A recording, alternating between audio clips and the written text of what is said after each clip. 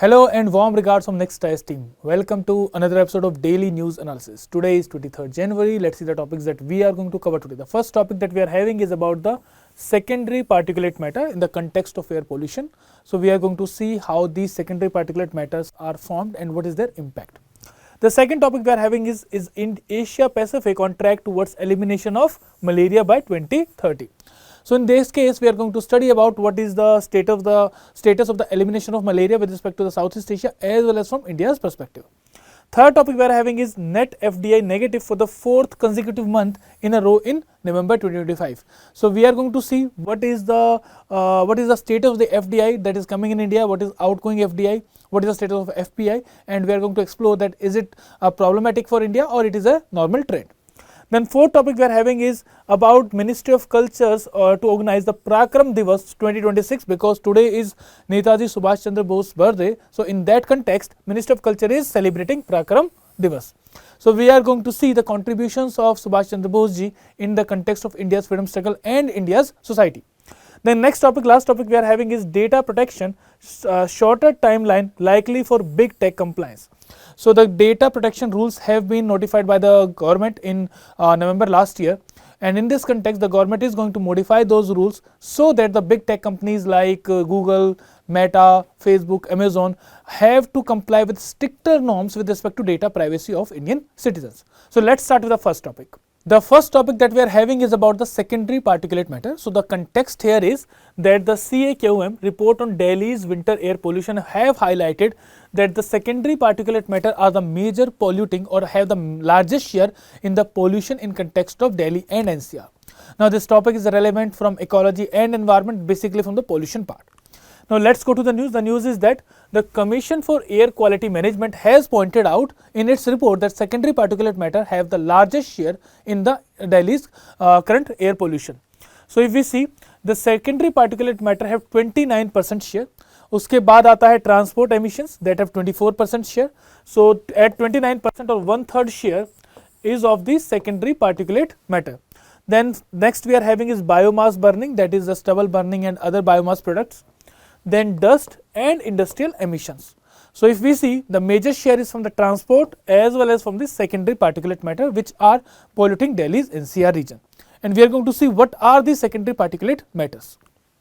Next is, we have two kinds of pollution. One is primary pollution and second one is secondary pollution or secondary pollutants. So what is the difference between them? The primary pollutants are directly released by the source. So they are released from in the original chemical form from the source itself. For example, carbon monoxide, sulfur dioxide, nitrogen oxide. Then we have particulate matter PM 2.5, PM 10, then ammonia. So these all are the primary pollutants. Now second we are having is secondary pollutants. The secondary pollutants are not emitted directly, but due to sunlight, temperature, humidity and interaction of the primary pollutants, these secondary pollutants are formed. Now the examples of secondary pollutant include, first of all, like ozone, that is a ground level ozone that we have. Then we have peroxyacetyl nitrate, PAN, which is again very difficult, you can say dangerous pollutant, and these both form the photochemical smoke. Then next is sulfuric acid and nitric acid, and lastly are the secondary particulate matter. Now the secondary particulate matters, they are basically sulfates and nitrates and are formed due to the interaction of the primary pollutants. So now specifically going to the secondary particulate pollutants, they basically comprise of ammonium sulfate and ammonium nitrate aerosols. Now how they are formed? First of all, nitrogen oxide and sulfur dioxide, they form sulfuric acid and nitric acid. So initially the SO2 emissions and NOx emissions which are coming out from the burning of the fossil fuels, they through oxidation form sulfuric acid and nitric acid. Now this sulfuric acid and nitric acid, they combine with ammonia to form secondary particulate matter. So the important part here is that secondary pollutants first of all are formed due to the interaction of the primary pollutants. First thing is this. Second thing is that ammonia has a very important role in formation of these secondary particulate matters. Now from where do we find this ammonia emissions? The ammonia emissions come out from fertilizers, synthetic fertilizers, then livestock excreta also releases the ammonia pollution. And if you talk about the emissions, that the total emissions of ammonia, so they are around 10.54 Tg, that was in 2022.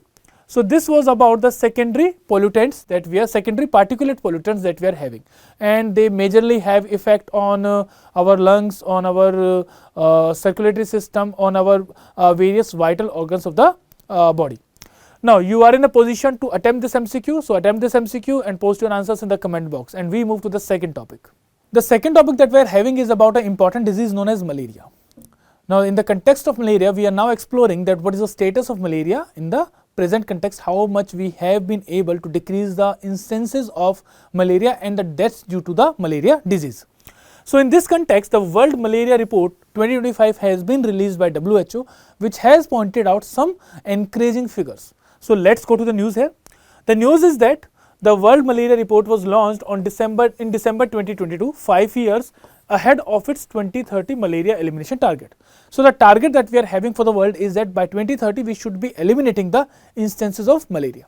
In that context, we have taken multiple steps. Some are preventive, some are curative. Now the problem is this report is released by WHO or World Health Organization, which is very, very important, and it is released under its Global Malaria Program. Now next part is about the report. What are the findings of the report? The findings of the report are basically with respect to the South Asian region. So it is saying that there has been a decline in the malaria cases in the Southeast Asia and is a positive outcome. Now in that also there are mixed results. For example, there are countries which are facing resurgence, that is again the malaria cases, the cases are rising, and those malaria cases are rising because of the resistance to the anti-malarial drugs. So there is a trend that the increase of resistance towards the anti-malaria drug is also being seen, and that is leading to resurgence. Then there are certain countries which have shown a very sharp decline, so that's a positive outcome. Then there have been several countries have achieved the malaria free status. For example, Sri Lanka is there, China is there, Timor-Leste is there. So there are countries which are showing decline in the malaria cases, and there are countries which have actually achieved the zero malaria status also. And the other parts here are that Pakistan has shown largest decline. Along with that, Cambodia, Laos, PDR, Vietnam have also reported the least number of cases in the last few years. So they have also shown a considerable decline. Now the Great Mekong sub-region, which is along the Mekong River, have shown success in containing the anti-malarial resistance. So these are the important findings of this global malaria report. Now next part is the emerging concerns. What are the emerging concerns? So one of the concern is regarding the funding. The funding is not very much consistent. It is abrupt or it is in intervals. Now next important part is rising resistance to the artemisinin based combination therapies or ACT therapies. So that is one problem, because when we are having resistance towards a particular drug by the disease, then the resurgence of the disease increases. So this is a grave concern for us, because there is a rising resistance of the malaria with respect to the ACT therapies. Second is stagnation or reversal of the gain, basically due to this increase in the resistance. उसके अलावा there is a sharp decline in the funding for the malarial programs. That is again a point of concern, because when we are seeing that the anti-malarial drug resistance is increasing, in that case funding should be increased rather than decreasing. Next is what is India's malaria elimination target. So India has targeted that by 2027 India is going to eliminate malaria, and India is actually on the right path and in a very, very fast manner. So there has been a significant progress since 2015, which has been led to the steep decline in cases of deaths and cases. Then many districts have achieved the zero transmission for multiple years, and recent data is showing that there is a plateauing or resurgence in some regions that where we need to focus upon, and India is currently off the required elimination trajectory. Now next part is key shift in the key shifts needed for India's malaria elimination program. So what we need to focus upon to achieve the 2027 target. The first one is surveillance. That is important. It should be the core strategy of our malaria attacking program. Real-time case-based surveillance is required, include private sector, defense, railways and urban system. Second, focused hotspot strategy, identify the hotspots like 5 states and the northeast account for more than 80% of the malaria burden. So they need to be focused upon. Project mode execution in high burden states need to be taken and prevent resurgence in the near elimination states. Third is sustained financing and operational discipline is required. Treat elimination as a time bound national mission, that is very important. Now next is role of malaria vaccines. So basically we are having two types of vaccine. One vaccine is RTS-S and second is R21 vaccine. So these are the two important vaccines for the malaria. Now RTS-S has demonstrated reduction in the severe malaria and decline in child mortality in African pilot projects. This R21 and RTS-S are actually the first effective vaccines developed against the malaria, and they both target the Plasmodium falciparum. Plasmodium falciparum is a type of you can say it is a type of parasite which is leading to malaria. So they both target this particular Plasmodium falciparum, and this Plasmodium falciparum is very fatal, so it can lead to death. So it is the most dangerous one or the most deadliest malarial parasite. The aim is to reduce the severe malaria and child mortality, especially in the endemic regions like Africa and Southeast Asia. Now next is about these two particular vaccines. So first vaccine we are having is RTS-S, which is also known as Mortequix. This has been developed by the GlaxoSmithKline in partnership with PATH and is a WHO recommended vaccine. It was recommended in 2021. So it is a WHO recommended vaccine. Now its efficacy is only 30 to 40%. That is important thing. Next part is the second vaccine we are having is R21 vaccine, which is developed by the University of Oxford or Oxford University and is being produced by Serum Institute of India, and its efficacy is very high, going up to 70 to 75%. So that's a very important thing, and is also this is cheaper than the previous one. So this is cheaper, is having more accuracy and is being produced in India itself. So India has become one of the major suppliers of this R21 vaccine. Next part we are having is about the APLMA or Asia Pacific Leaders Malaria Alliance. So this is a basically alliance that is formed to tackle the malaria in the southeast region or in the Indian Ocean and Pacific region. So this the secretariat was created in 2013 and it was during the 8th East Asia Summit by the initiative of Prime Minister of Australia and Vietnam, and it is headquartered in Singapore. Now target is to eliminate malaria by 2030. So these are the important points here. Now which are the member parties of this particular alliance? So we have Afghanistan, Pakistan, India, China, Nepal, Bhutan, Bangladesh. So more or less the whole Southeast Asia along with China, Pakistan, Afghanistan and India are the members of this particular alliance.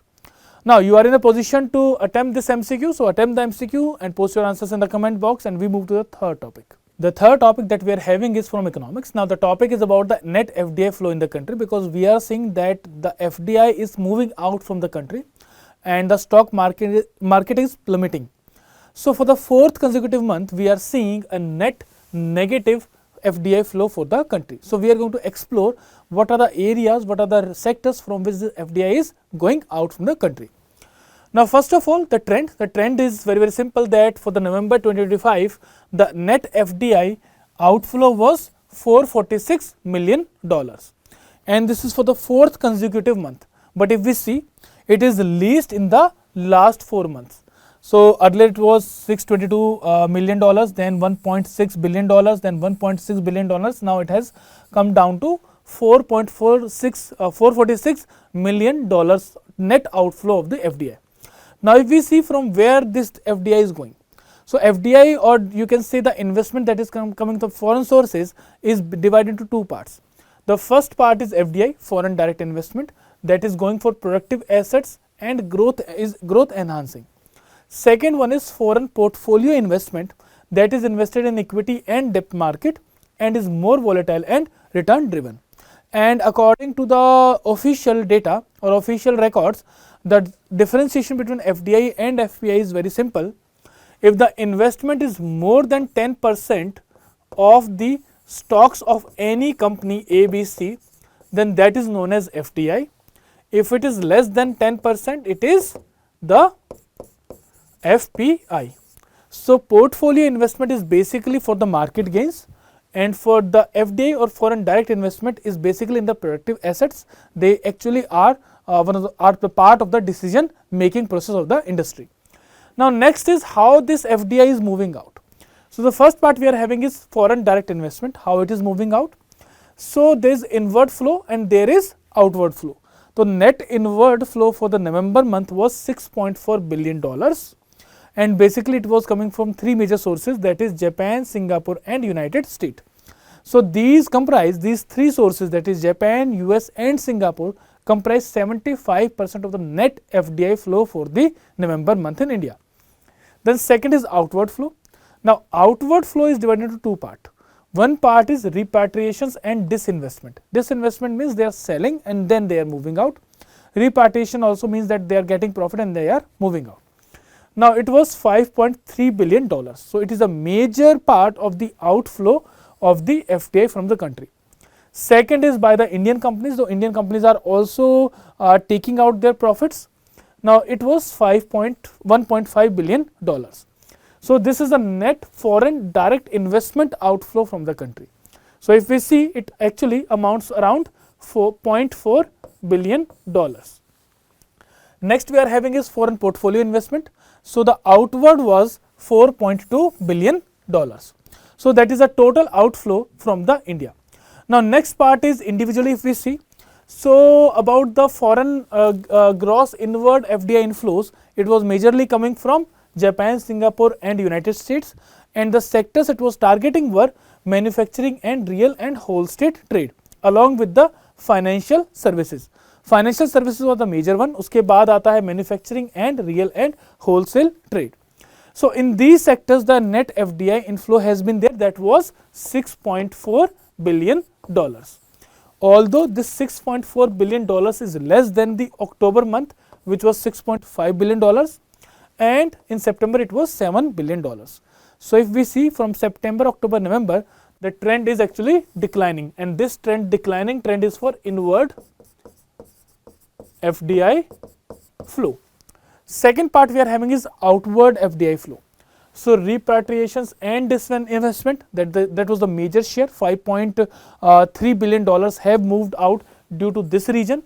Secondly, by the Indian companies, there have been FDI outflow, and this was $1.5 billion we have seen in the figure itself. And the major destinations where this money has gone are Singapore, Mauritius, US and UK. So these are the four countries where Indian based companies are there, and they have moved out their profits or they have moved out their investment. And the sectors which have been affected are manufacturing, financial services, insurance and business services. Next is foreign portfolio investment.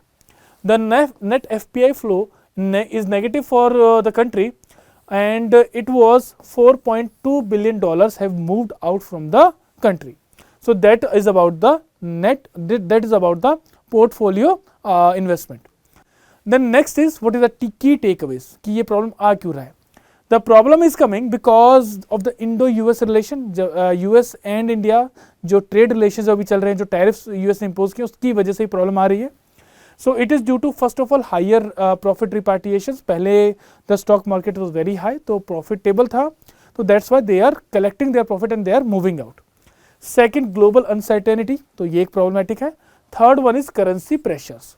So as the global scenario is going to change, the net FDI outflow will convert into net FDI inflow. So there is no structural problem with the Indian economy. These are basically due to the external sectors. Now it's your turn. You can attempt this MCQ and post your answers in the comment box. The fourth topic we are having is from a very eminent personality of the country who has played a major role in India's freedom struggle and getting India independent from British rule. That is Netaji Subhas Chandra Bose. So what is the backdrop for this particular news? The backdrop is that first of all today is Netaji's birthday. So we are celebrating that, and Ministry of Culture is celebrating the Parakram Diwas 2026 in the wake of the anniversary of Netaji Subhas Chandra Bose's birthday. Now let's go to the news. The news is basically about the background of Netaji, how his life has been. So he was born on 23 January 1897 in Cuttack, that is presently in Odisha. Parents were Janaki Das Bose and Prabhavati Devi. Now he completed his education from Presidency College, that is Calcutta. Then he went to Cambridge University as well as Fitzwilliam College. After that he appeared for the ICS exam, cleared that exam in 1920, and in 1921 he resigned from the ICS and joined the Indian freedom struggle. He was known for his intellectual brilliance, physical discipline, charismatic leadership and strong nationalistic and revolutionary ideology. That's why he has played a so important role in India's freedom struggle. Next part is what role he played in the India's freedom struggle. First of all, he advocated the complete independence, and that was much before Congress passed the Purna Swaraj Resolution 1930. So before 1930, he actually visioned that India should get complete independence from the British rule. He believed in freedom would not come through constitutional methods alone. Armed struggle is required to get freedom in a complete sense. We need to become independent. So that was his vision. He was very much influenced by personalities like Swami Vivekananda and also European nationalism and socialism. Now if we track his journey during the independence struggle, it starts as he joined the Indian National Congress in 1921 and was a close associate of C.R. Das. Then he became mayor of Calcutta in 1931. He presided over the Congress session of 1938 and 1939, that is Haripura and Tirupuri session. These are important sessions, you should remember that, which are the sessions under the presidency of Netaji Subhas Chandra Bose, that were Haripura and Tirupuri session. Then he had a different approach towards the freedom struggle with respect to Gandhiji. He was more of that we should have mass movement and we should not debar ourselves from using force to achieve the freedom for the country, and that was basically in the wake of World War II, when the condition in the whole world was getting more fragile. He resigned from the Congress and presidency in 1939.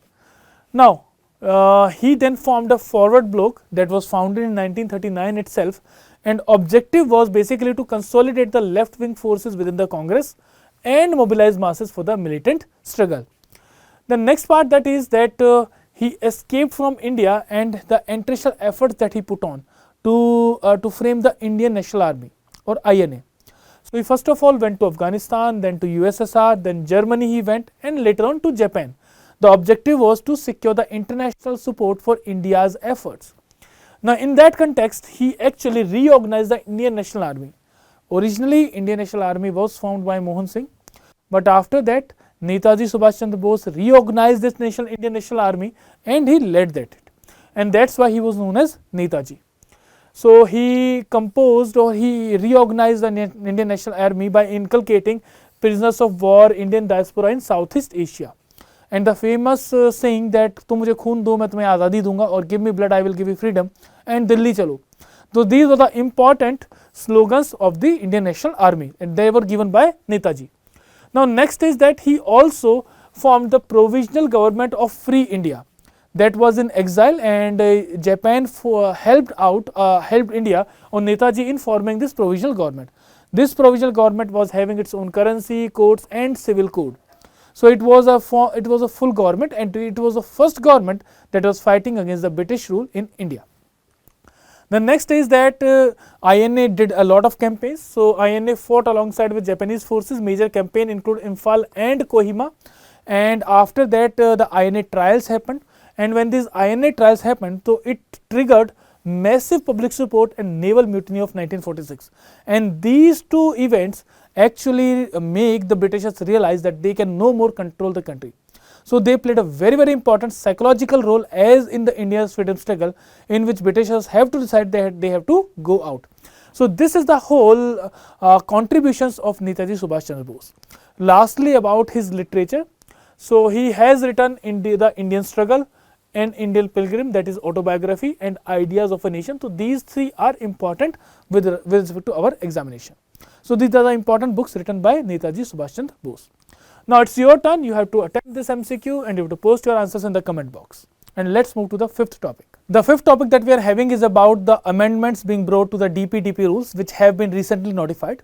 And these amendments are being brought for the big tech companies like Apple, Meta, Facebook, because it is being seen that they have to implement these rules in a very faster manner, and already they are complying with the rules framed by the European Union. So in this context, the government is thinking that they should change the rules and they should fast forward the implementation of the DPDP rules notified on the November 14 last year.